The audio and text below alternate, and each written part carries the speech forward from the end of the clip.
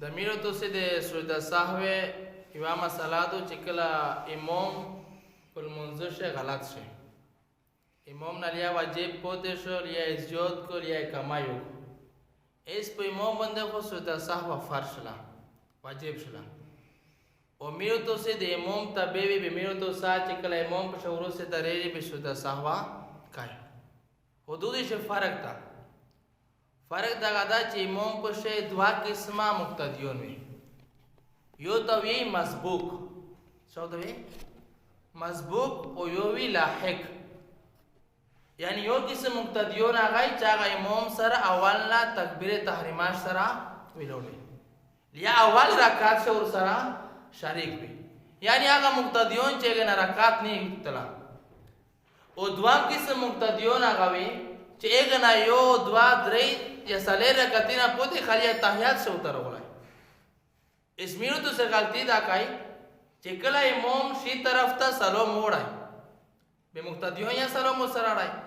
بے ایگنا بعد امام دوے سجدے ساہوہ کائی بے بیا تحیات پہ رکھائی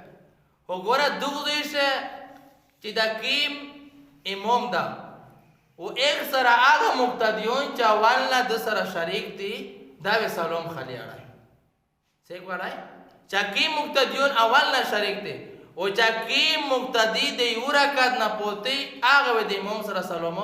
نه اړای. هغه وجه دغه دو چاکی مقتدی دی امام سره اول نه د اقلمیس پیرا شو ده سجده سهو خالی چاکیم کمای جوته شو هغه دو پورا کوي، خو چاکی مقتدی اول نه شریک نو اقلمیس لا پیرا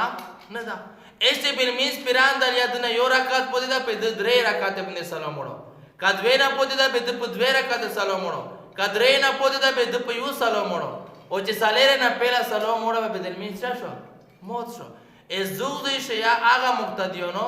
چې دی امام نه رکعت نه پوتی او دی به امام سره سلام وړي د لمونځ په غوځي موت ده د سر نه لمونځ کوي. نو دغه مسله ته خیال کول پچاروي چې کیم سړی پوتی شي د رکعت نه یو ځله به اگر چې امام سجده سهو وکي به دای سلام نه اړای او سجده سهو امام سره کوي. الله رب العزت په دا باندې عمل کولو توفیق نصیب